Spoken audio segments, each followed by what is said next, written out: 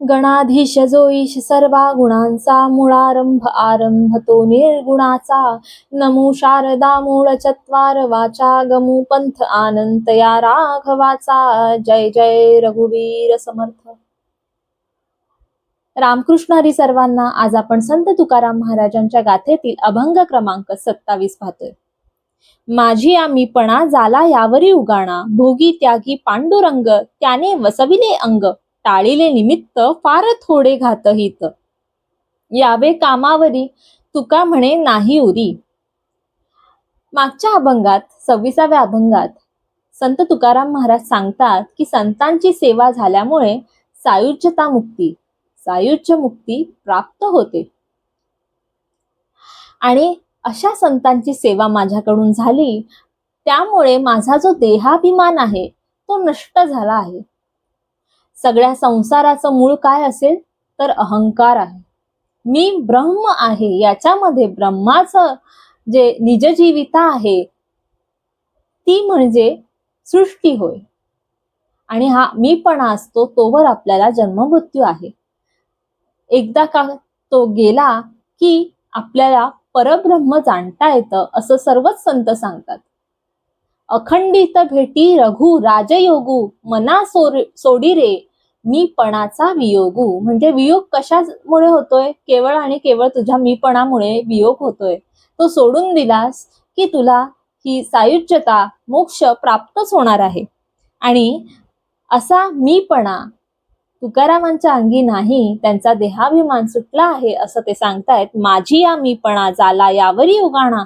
आता काय उरलंय तर भोगणारा करणारा सगळं काही पांडुरंग आहे हे माझ्या लक्षात आलेलं आहे. भोगी त्यागी पांडुरंग त्याने वसविले अंग.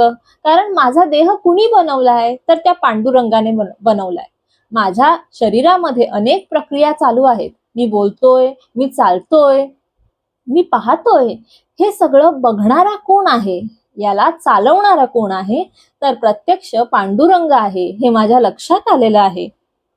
टाळीने निमित्त फार थोडे घातहित, देहाला थोडेफार होणाऱ्या हितघातांचे किंवा सुख दुःखांचे निमित्त कारण म्हणजे हा देहाभिमान आहे. पण आता आम्ही तोच टाकून दिला. म्हणजे बघा, आपण मागे बघितलं, संत तुकाराम महाराजांनी सांगितलंय की देहाशी तुम्ही जेवढं तादात्म्य पावलेलं असतात तेव्हाच तुम्हाला सुख दुःख होतो. 5 इंद्रियांचं आपण वर्णन मागे बघितलं आणि त्याच्याने होणाऱ्या दुःखाचं सुखाचं वर्णन पाहिलं की निंदा एखाद्याने केली तर आपल्याला कसं वाईट वाटतं. कशामुळे वाटतं? श्रवणेंद्रियांमुळे वाटतं. पण आता काय सांगतायत की हे जे सुख दुःखाचं निमित्त कारण जो आहे ना तो देहाभिमान आहे. मी कोणीतरी आहे, माझी निंदा करायला नको कोणी, किंवा मी कोणीतरी आहे पण माझ्याबद्दल लोक स्तुती करतायत, याच्याने मला बरं वाटतं. याचा अर्थ दोन्ही गोष्टी तितक्याच वाईट आहेत. आणि हा जो देहाभिमान आहे ज्याच्यामुळे सुख दुःख होतं तोच मी आता सोडून दिलेला आहे. यावे कामावरी तुका म्हणे नाही उरी. त्यामुळे आता आम्हाला काही कर्तव्य करण्याची गरज उरलेली नाही. संत तुकाराम महाराज इथे सांगतात की पांडुरंगानेच माझं कार्य जे आहे ते हाती घेतलेलं आहे. संतांच्या सेवेमुळे मला हे सगळं प्राप्त झालं. संतांची सेवा केली त्याच्यामुळे माझा देहाभिमान नष्ट झाला. आणि म्हणूनच मला याची प्रचिती आली की सर्वत्र पांडुरंग व्याप्त आहे. माझ्या देहाला चालवणारा सुद्धा तोच आहे. जनाबाईंचा एक सुंदर अभंग आहे. अमराधिक थोर थोर भांबावले भुलोनिया गेले मुक्तीसाठी, तीही मुक्ती माझी खेळे पंढरीसी, लागता पायासी संतांचिया. सख्या पुंडलिका लागताची पाया, मुक्ती म्हणे वाया गेली मी की. बघा की काय सांगतात जनाबाई की अमर लोक म्हणजे जे देवता आहे ज्यांनी अमृतपान केलेलं आहे ते सुद्धा भांबावून गेले. कधी? की ज्यावेळेस त्यांनी पाहिलं की ही मुक्ती आहे, ही खरं तर पंढरीशी खेळत आहे. कारण इथे कोण आहेत? संत आहेत. संत सज्जन जिथे वास करतात तिथे मोक्ष सायुज्यता जोडे असं आपण पाहिलं. आणि या पुंडलिकाच्या पाया पडल्यावर काय झालं? मुक्ती म्हणते की मी काय वाया गेली का?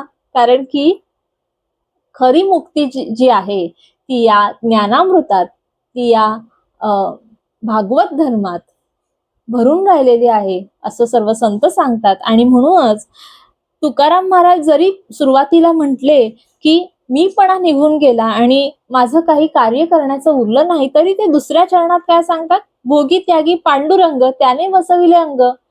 आणि म्हणूनच ही जी मुक्ती आहे, ही जी एकरूपता आहे, ती संतांची सेवा केल्यावर लाभते असं इथे जनाबाई सुद्धा सांगतात. असा हा 27वा अभंग आपणही संतांच्या पायी विनम्र होऊन, अर्थात आपल्याला जरी संत आजच्या काळात जे संत होऊन गेले ते आपल्याला भेटले नाहीत, तरी सुद्धा त्यांनी ग्रंथ संपदा आपल्यासाठी करून ठेवलेली आहे. ज्ञानेश्वरी, नामदेव गाथा, तुकाराम गाथा, दासबोध हे सर्व काय आहे? ते संतांचं वाङ्मय रूप आहे. त्याला आपण शरण जाऊया, त्याच्याशी आपण समर्पित राहूया. त्यांनी सांगितलेलं जे आहे त्याचं आचरण करूया. म्हणजे काय होईल? त्या संतांची सेवा आपल्याकडून घडेल आणि अर्थात ही जी सेवा आहे ती त्या पांडुरंगाला, त्या परमात्म्याला पोचेल नक्कीच. आणि आपल्यालाही तो अनुभव येईल जो संतांना आला. अशा या 27व्या अभंगाचं विवेचन इथेच थांबवते. गुरुर्ब्रह्मा गुरुर्विष्णू गुरुर्देवो महेश्वरः गुरु साक्षात परब्रह्म तस्मै श्री गुरवे नमः.